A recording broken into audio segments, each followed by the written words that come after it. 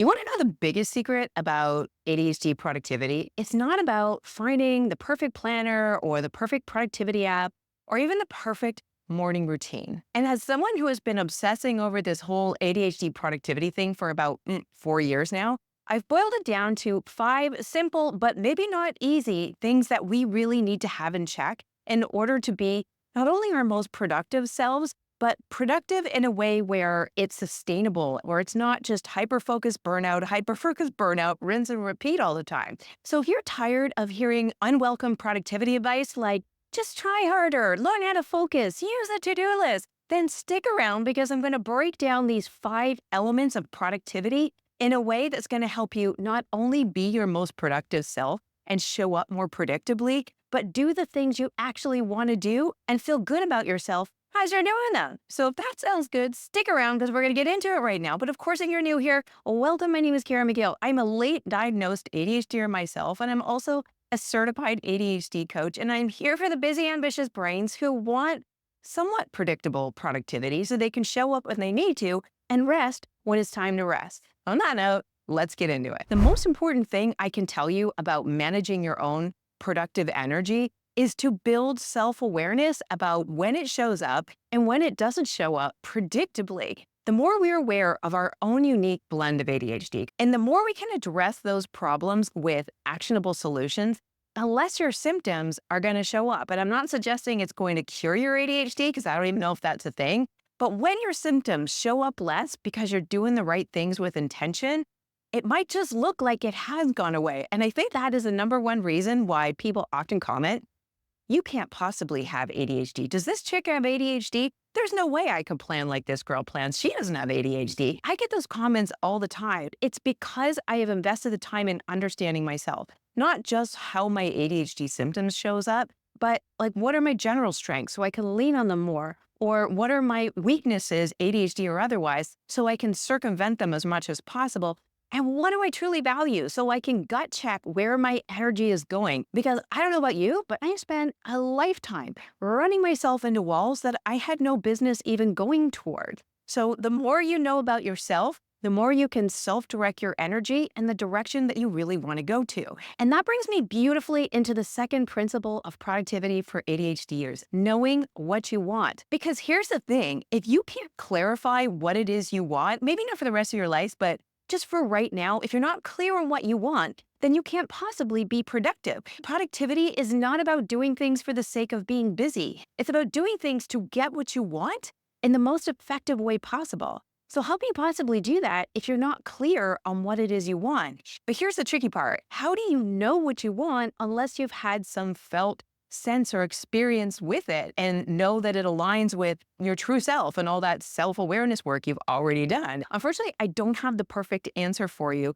except for what I've learned in my own experience. And that is what you think you want now has very little to do with the outcome you think you're going to get. And it has a lot more to do with the process you take to get there. And I can use examples from so many areas of life.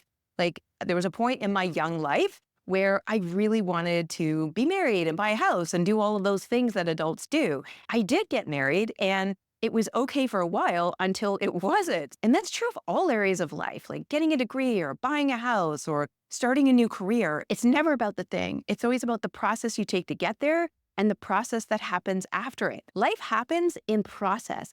It never happens in getting the thing because the thing is always just momentary. So when you think about that in the context of your own life, the question to ask yourself is, do I want this because of a result I think it's going to give me? Or do I want this because the journey itself is worth it to get there? And whatever the journey is after, once I've acquired the thing, looks equally appealing. That is when you know you're going after the right things. Now that you're clear on what it is you want, it's time to cover the third principle of ADHD productivity. And that is to completely toss your goals. Get rid of your SMART goals, the curious goals, any of the goal structures that you like to follow, because here is the truth. Goals are a little BS. At the end of the day, what you say you're going to do is not going to change a damn thing in your life. It only matters what you actually do on a repeated basis. Now that we know that it's truly not about the results that we're going after, it's about the process, what we need to do instead are create systems that make the processes that we need to take as frictionless as possible. So if you're trying to lose weight, Keeping bags of chips in the house and forcing yourself to go to CrossFit when you hate CrossFit is the worst thing you can do to achieve a result that you will have no way to sustain afterwards. Instead, you want to think about what would work for me? What do I enjoy doing? What is going to make this process as frictionless as possible so that I am able to show up consistently, which is hard for us to do to begin with. And what kind of support do I need? So as you guys know, when I was in my early 20s, I was well over 200 pounds. And at that point, I had already tried a million ways that didn't work in order to get to the result of weight loss. So what I ended up doing was going for walks around my neighborhood, and then faster walks turned into running. As I started to see momentum, I started to make small tweaks to my diet. I took the bun away from my burger. I ordered a salad instead of French fries. Those small choices not only got me to the goal of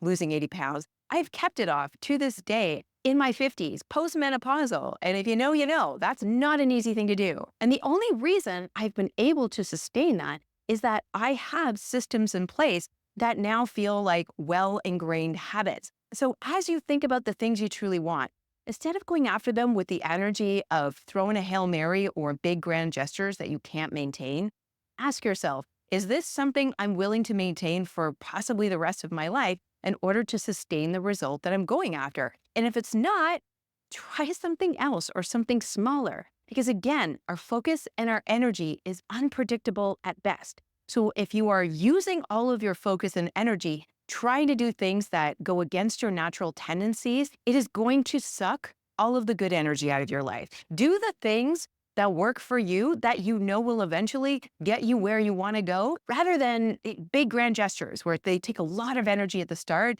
and there's no way you can possibly sustain them. So now that you're clear on what it is you want and the small daily habits that you need to get there, if you are thinking to yourself, Karen, I would love to sustain small habits, but I can't do anything consistently, then you're probably missing the next productivity principle, which is having a planning system in place. The only way to make sustainable change in the future is to make an intentional plan to get there. If you are not planning your months, your weeks, and having an intention for your day, whether it's an elaborate plan or something super simple, then all you're doing is repeating the inconsistencies of the past. So if you want to make change in any domain, you've got to have a system of planning in order to get you there. And without a planning system, you're going to end up being distracted by other people's priorities, things that you think are important in the moment, but they end up just being shiny objects. And all of that context switching is going to drain your energy and you're going to continue to spin. So if you want to stop that cycle, it starts with planning a future that looks different from your past. The last principle of ADHD productivity that I don't think we talk about enough is managing capacity. So in my mind, as an ADHDer, capacity is the amount of energy, interest, focus and attention, and actual time and resources we have to do whatever it is we need to do. So because we have busy brains and we're generally in our heads a lot, we're not pausing to think about our capacity before we go down another rabbit hole or commit to something that we have no business committing to. And when we think about capacity in the context of going after what it is we want, we're generally not thinking, is this something I can sustain? Is this frictionless? Does this go against my natural tendencies, which is probably going to drain my energy and attention and interest, right? Doesn't matter what it is, but looking at it through the lens of capacity gives you the opportunity to step back and say, what do I need in order to get this thing done? Rather than telling yourself unhelpful stories like, I'm lazy or I'm stupid or I just can't do this thing, I can't do anything. It might just mean that you need a few things to support yourself before you get started. For all those reasons, I love this idea of managing capacity. And if I'm being perfectly honest, I'm not that great at it myself to even remember to ask myself, what is my capacity in the moment? So I use my planning system as a forcing function. So in my template, I ask myself, what do I have capacity for at a monthly level in terms of what I'm broadly committing to, on a weekly level? And I also use it on a daily basis, like how did I sleep last night and how am I feeling? Some days I wake up and I don't have capacity to do much, but there's no longer a shame story related to it. I'm either able to meet my needs in the moment or I'm not. So anyways, those are my 5 principles for ADHD productivity. Once again, self-awareness is key. Number 2, getting clear on what you want around processes and not necessarily just focusing on results. Number three, creating small, sustainable routines that will actually get you towards what you want rather than draining all your energy. Number four, having a planning routine that anchors you towards the future that you want, not the past that you don't want to repeat. And number five, managing your capacity in the moment and as you plan your future. Asking yourself, how much time, energy, interest, focus, and resources do I have in order to complete whatever it is I need to get done now? And if I don't have it, what adjustments do I need to make in order to avoid burnout? So I hope you found these 5 principles useful. Honestly, guys, this is not some random 5-point list. This is a breakdown of the transformation that I've gone through over the past 4 years. I have truly gone from somebody who is completely numb and burned out to someone who has a very deep sense of self-trust that no matter what, I have the tools and autonomy I need to get through anything. So I hope by sharing this, I can make a difference in your life as well. Thanks again for listening, guys. I'll see you next time.